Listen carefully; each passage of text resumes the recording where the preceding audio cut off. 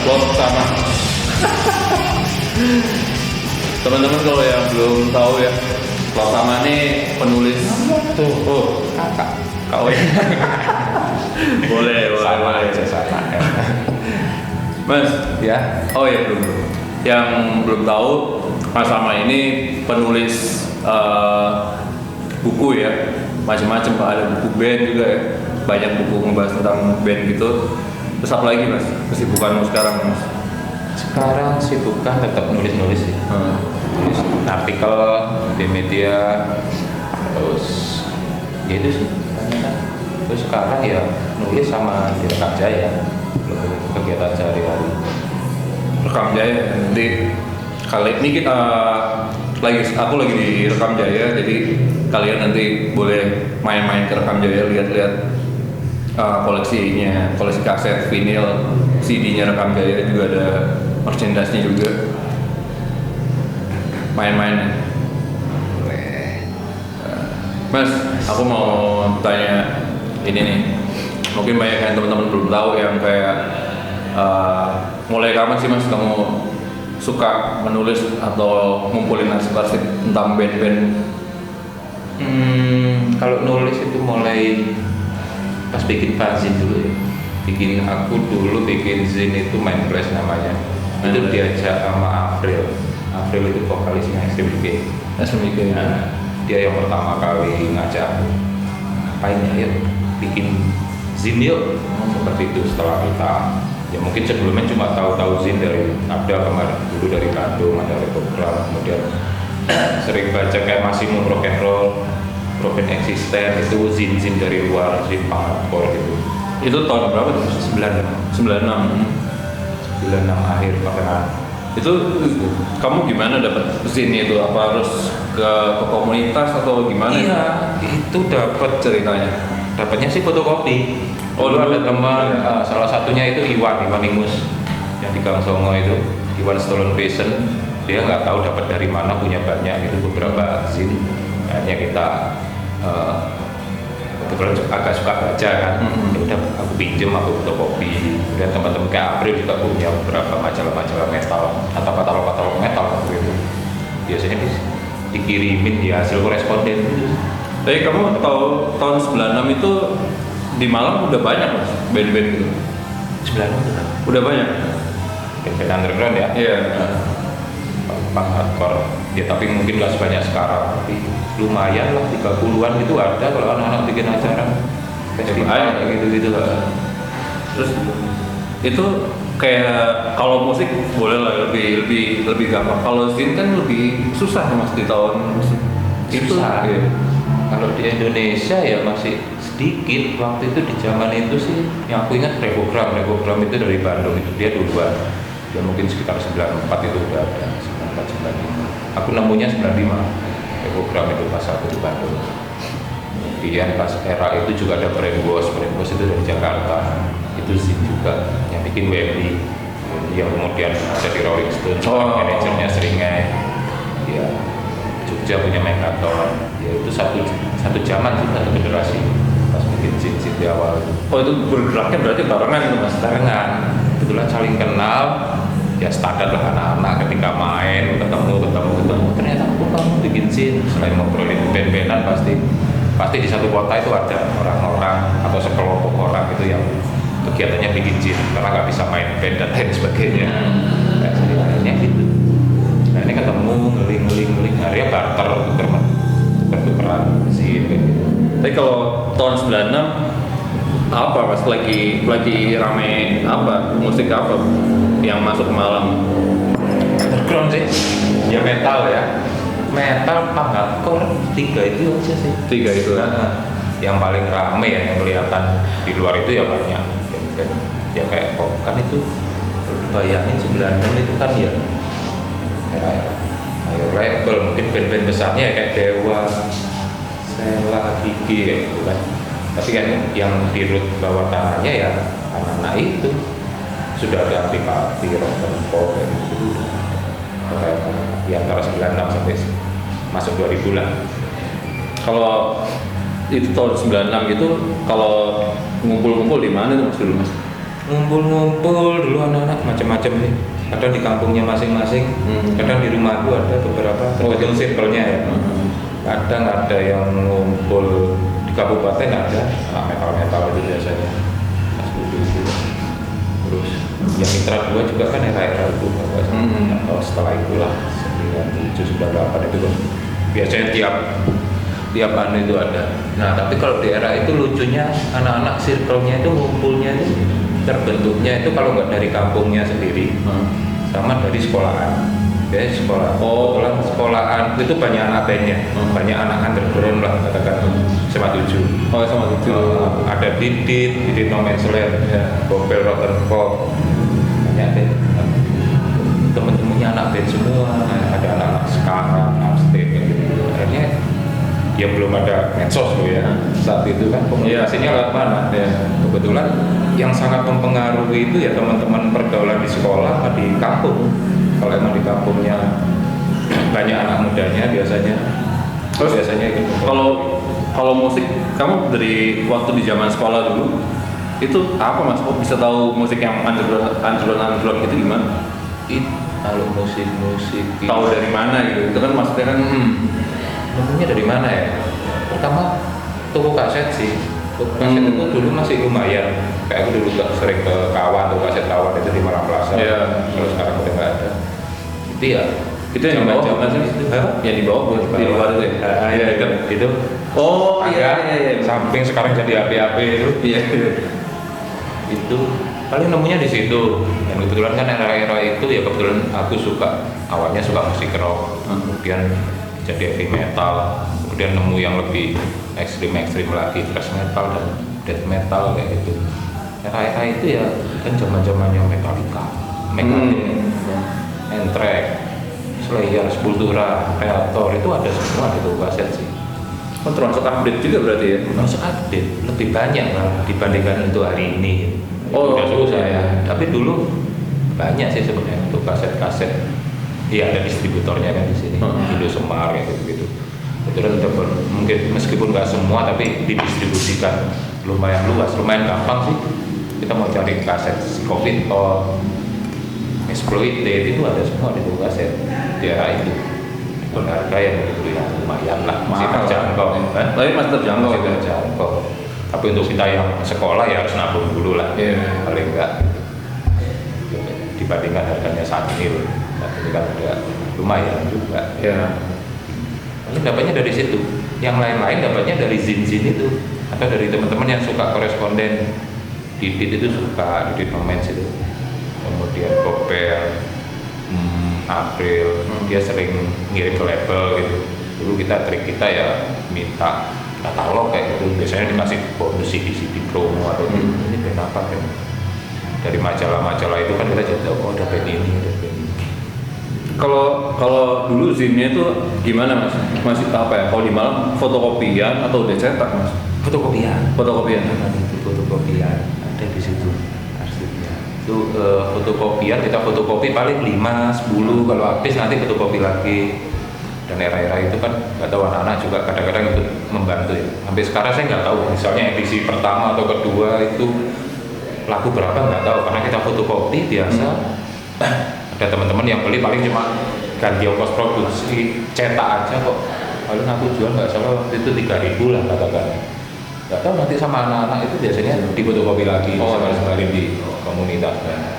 Kayak saya ngirim ke Jakarta atau Bandung gitu, ya saya kirim aja ke Wendy atau ke siapa teman-teman di sana, paling saya kirim 1 atau 2. Nggak tahu di tempat disebarin aja di sana, di fotokopi. Dan itu kan emang sejak awal gitu, ya tradisi kulturnya Zin kan juga seperti itu.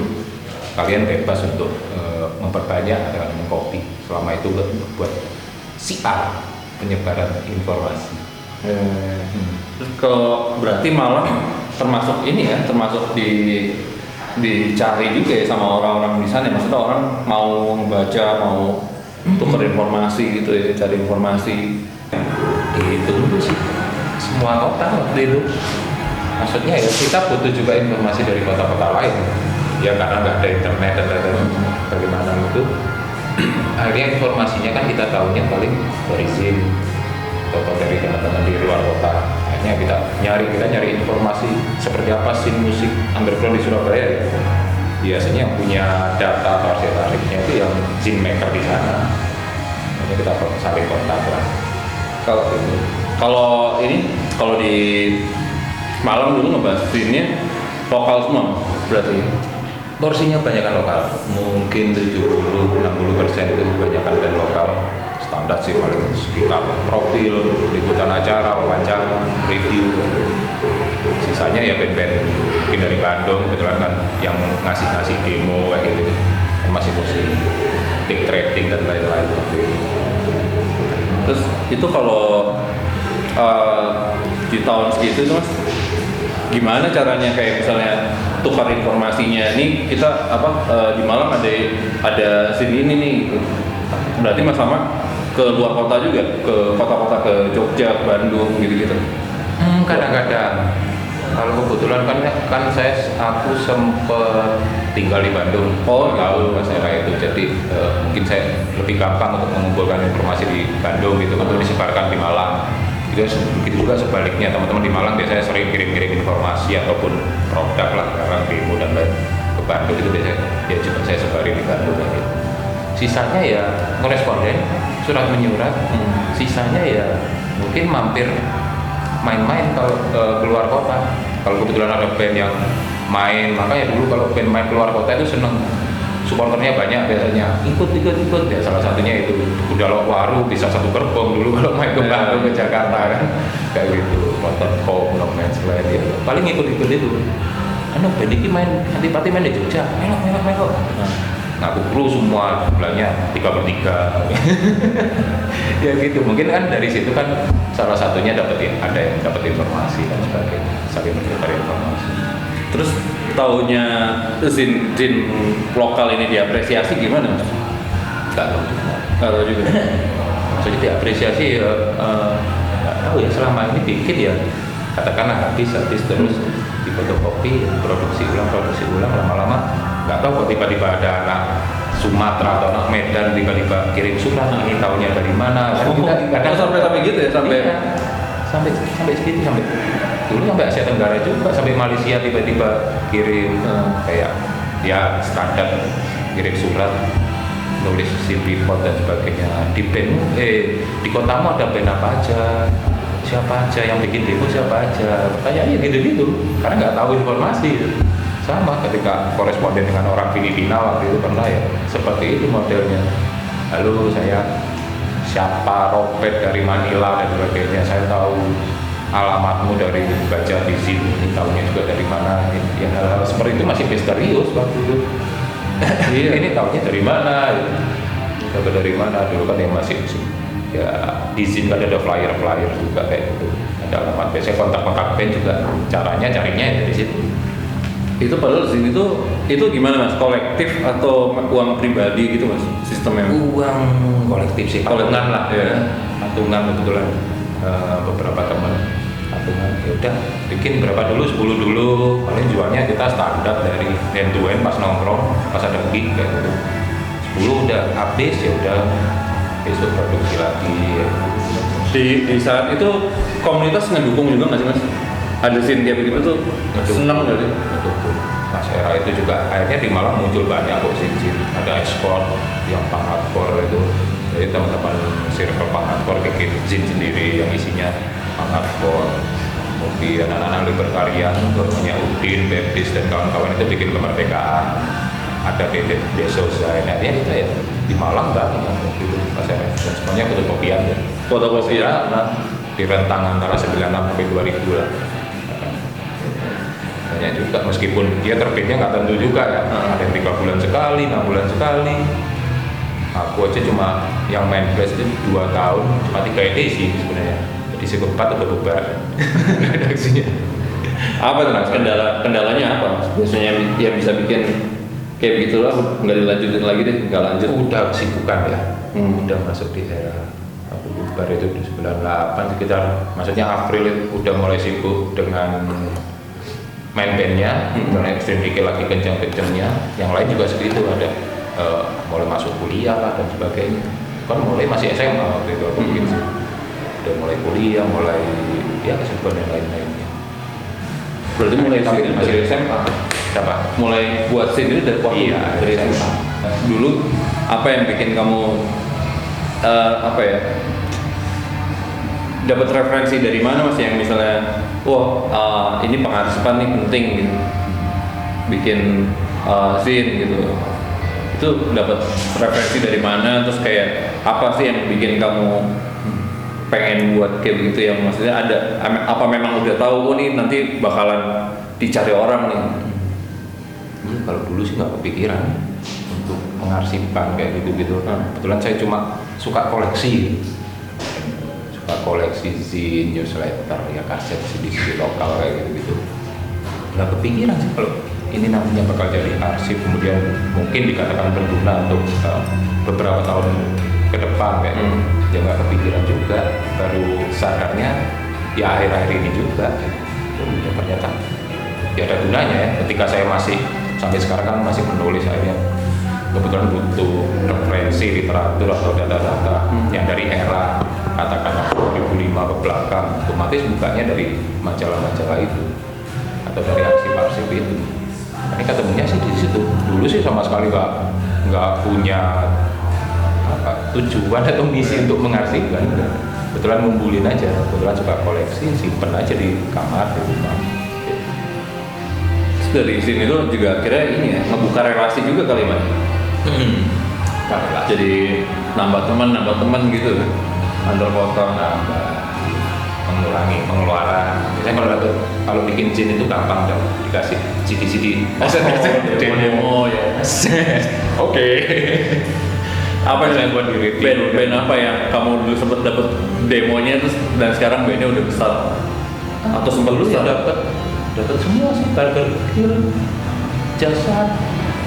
Ya di Malang hampir semua sih pasti ngasih waktu itu.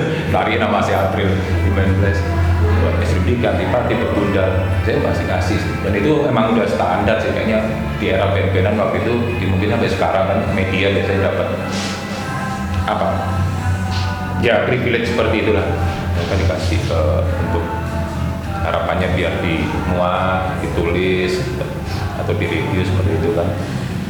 Ya dapat aja Samperhead, kita baru Samperhead ya, kadang-kadang sampai dikirimin oleh label itu apa, Warriors sudah pernah gitu ngasih promo kit ya untuk band Sampai Aquarius ya.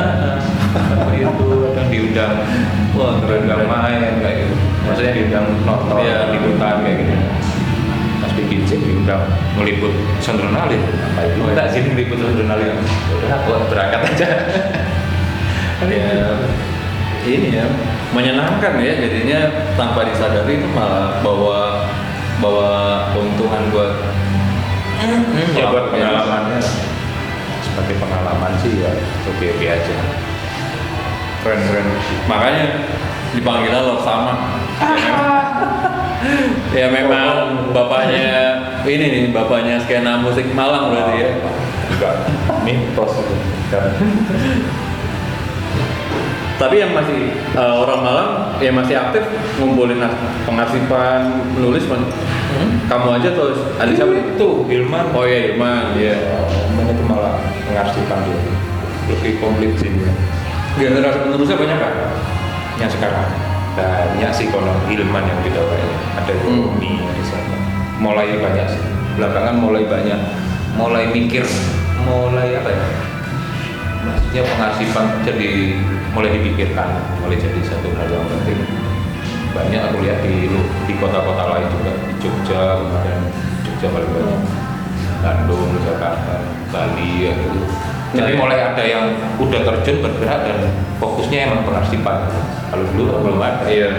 Pengarsipan yang paling, kalau makanya arsip-arsip lama itu kalau carinya bukan di pengarsipan atau museum atau perpus gitu, di kolektor.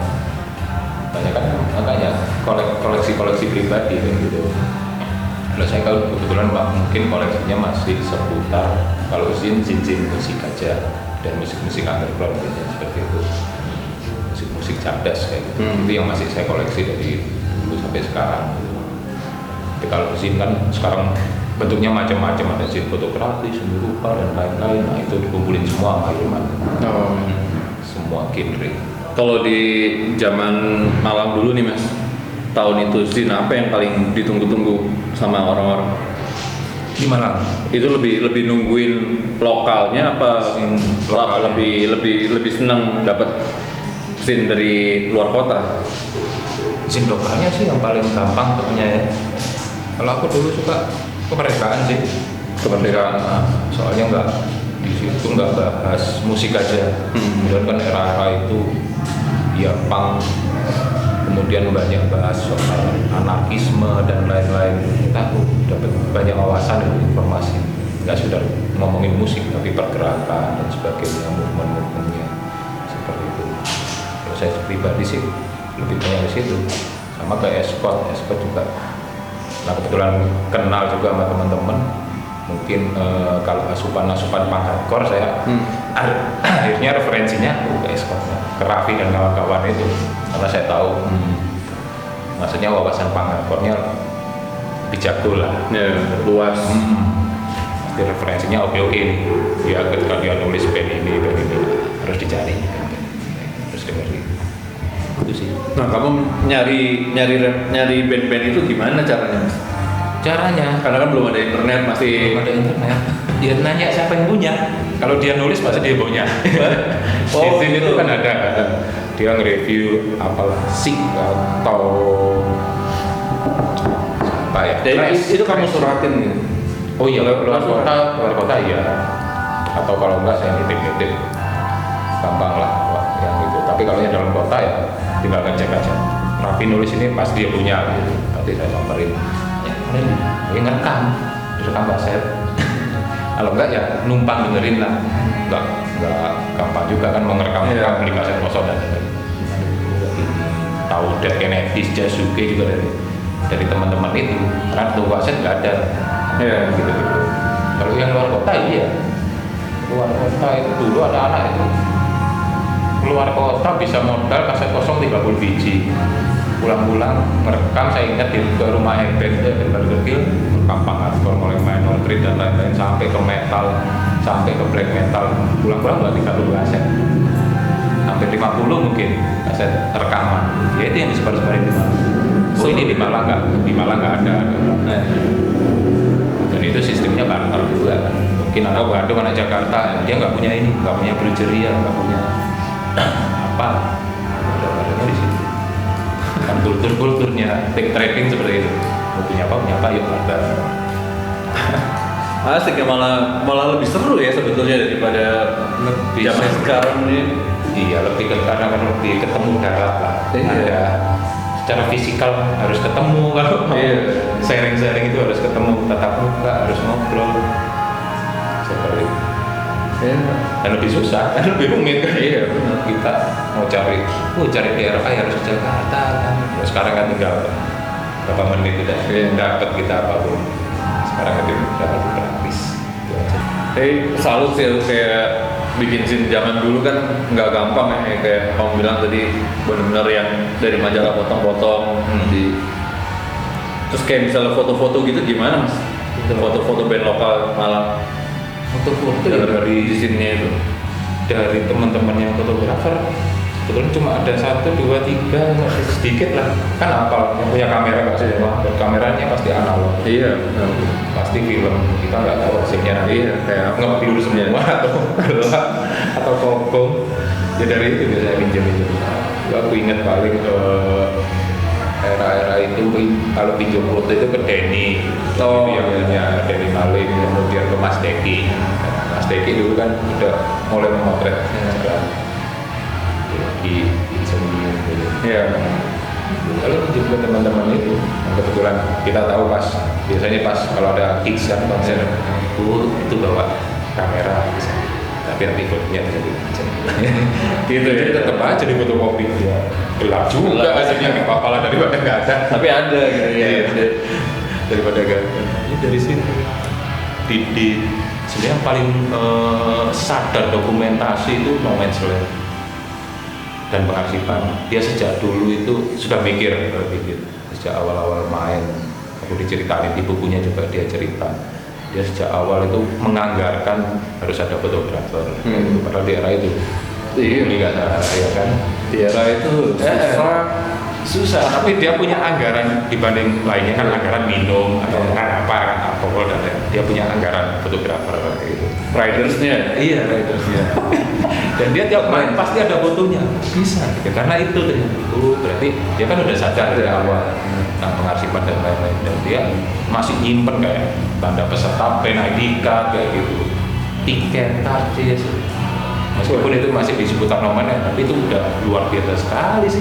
Iya, keren. Ya. Visioner ya. Visioner ternyata dia. Ya, itu visioner. Dulu kita nggak mikir kan itu. Ngapain ini dikumpulin? Iya.